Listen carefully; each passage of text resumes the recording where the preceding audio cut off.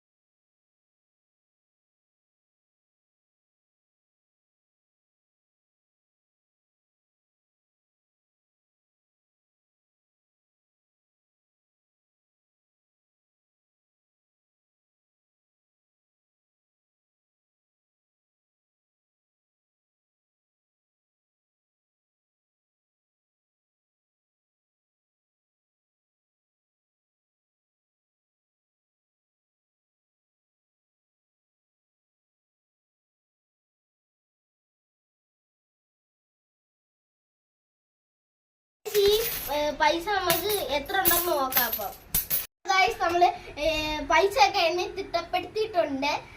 അപ്പൊ നമുക്ക് 6004 രൂപ മൊത്തം കൂടെ കിട്ടിയിട്ടുണ്ട്. ഈ പൈസ കുറച്ചധികം തന്നത് പപ്പയാണ്. അതൊക്കെ എപ്പോഴും കുടുക്കയിലിടും.